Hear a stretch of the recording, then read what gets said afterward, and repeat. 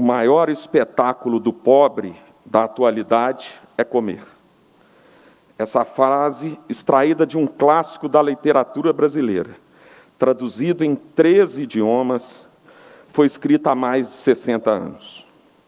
O livro Quarto de Despejo, Diário de uma Favelada, é a concretização do sonho de uma escritora improvável. Sua autora, Carolina Maria de Jesus, foi uma mulher negra, pobre e pouco instruída. A mineira de Sacramento migrou para São Paulo, fulminada por um dos vários efeitos perversos da miséria, o de promover a diáspora dos pobres em busca de uma oportunidade de superação. Na capital paulista, instalou-se na favela do Canindé, onde trabalhou como empregada doméstica e catadora de recicláveis para criar seus 3 filhos sozinha. Mesmo sendo um dos maiores fenômenos editoriais do país, Carolina morreu como viveu, pobre financeiramente, rica de sonhos e de sabedoria. O livro, publicado em meados do século passado, é o diário da vida da autora, desde que chegou a São Paulo aos 17 anos. Sua história é a história de inúmeras mulheres negras deste século, pois não é de agora que a pobreza no Brasil tem cor e tem gênero. Some-se a isso o fato de que existe na sociedade um senso comum de que criminalização da miséria, que vê pessoas pobres como pessoas que não gostam de trabalhar. O equívoco é evidente.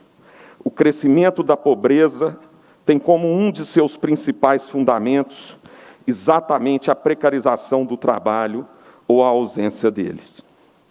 Muitos são os que tomam a nuvem por Juno, a fraqueza calórica pela preguiça, o torpor da fome pelo torpor do álcool. Carolina, que conheceu de perto a vertigem da fome, ensina, abro aspas, a tontura da fome é pior do que a do álcool. A tontura do álcool nos impele a cantar, mas a da fome nos faz tremer.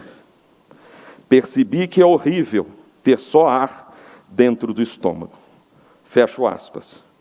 E, infelizmente, no nosso estado, ainda temos pessoas abastadas financeiramente e pobres de espírito que fazem e dizem que o auxílio que foi feito por esta casa, aquela mãe de família, com os 3 filhos passando fome, chorando em casa, será gasto num boteco. A que ponto nós chegamos? Repito aqui, abastado financeiramente, pobre de espírito e de empatia, que acha que a mãe que vê seus filhos chorar vai levar o dinheiro do seu auxílio à mesa do bar. A associação entre a pobreza e o álcool é uma construção do preconceito, herança de um país escravista que procura manter a desigualdade, desqualificando os grupos vulneráveis. A atualidade da frase de Carolina Maria de Jesus encontra eco em recente pesquisa da UFMG, feita em parceria com a Universidade Livre de Berlim, e revela um cenário alarmante. 59,4% dos lares brasileiros sofrem com a insegurança alimentar. Isso significa, amigas, amigos, que a cada 10 brasileiras e brasileiros, 6 passam fome ou se alimentam precariamente em nosso país. Em Minas, a situação não é diferente. A Fundação João Pinheiro nos mostra números desoladores. Mais de 5 milhões de mineiros estavam na pobreza ou extrema pobreza, mesmo antes da pandemia. Depois da tempestade, veio o furacão. Retrocedemos pelo menos 10 anos em termos de condições socioeconômicas, afirma o pesquisador Bruno Lazzarotti, autor da nota técnica A Dinâmica Recente da Pobreza e Extrema Pobreza em Minas Gerais. De fato, o recrudescimento da pobreza ocorre a olhos vistos.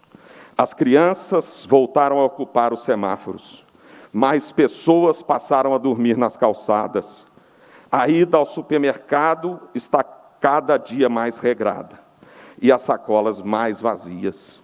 Falta comida no prato, a fome chegou literalmente aos ossos, como vimos aqui nas imagens. Nenhum país civilizado pode aceitar a miséria como condição, atributo nato de uma parcela da população. O mínimo civilizatório é o respeito pelos direitos humanos. Por isso, é preciso destreinar o olhar para observar o cenário social sob novas perspectivas. Romper com a história que nos ensinaram, que pensamos conhecer, para, a partir daí, resgatar a solidariedade por pessoas que têm a sua dignidade humana historicamente ignoráveis. Os ninguéms, os nenhuns, os donos de nada, de que fala o escritor Eduardo Galeano no livro dos Abraços. Nesse sentido, cabe à sociedade civil exercer a solidariedade ativa, mas também cobrar a firme atuação do poder público na elaboração e execução de políticas capazes de interromper esse ciclo perverso e injusto. A vontade de estar junto é fruto da empatia. Imbuído desse sentimento, o Parlamento Mineiro se une hoje ao Comitê Mineiro da Rede Ação pela Cidadania, à Associação A Rebeldia, ao Grupo Raízes e à imprensa mineira, neste manifesto de apoio ao Natal Sem Fome, maior campanha contra a fome da América Latina.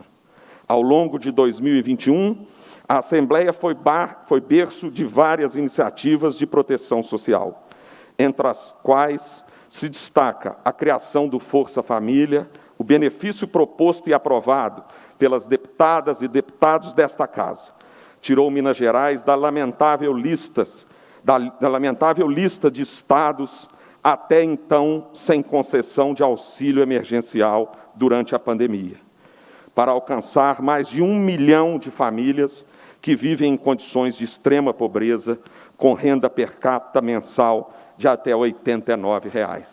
Aliás, o único auxílio dado no Estado de Minas Gerais, fruto do trabalho dessas deputadas e deputados desta Casa. A inércia não socorre as emergências. A condenação ética da miséria é um ponto de partida. A célebre frase do mineiro Betinho, fundador da Rede Ação Cidadania, em 1993, se junta à frase de Carolina Maria de Jesus, em triste atualidade, reclamando ações rápidas e efetivas. Aos poucos, vamos vencendo a pandemia. Ainda assim, ao constatar a situação de desamparo social de milhões de pessoas, o sentimento é de que estamos vencendo a batalha, como venceu o general Pirro, que às portas de Roma olhou para trás e viu suas tropas em frangalhos. Por isso, a desigualdade não pode ser vista pelo Parlamento Mineiro como um problema lateral. Ela é o centro da problemática que divide a sociedade em classes de gente e de subgente. Ajudar milhões de mineiros a atravessar o umbral da pobreza extrema é, portanto, mais do que uma questão de responsabilidade para os agentes públicos do nosso Estado.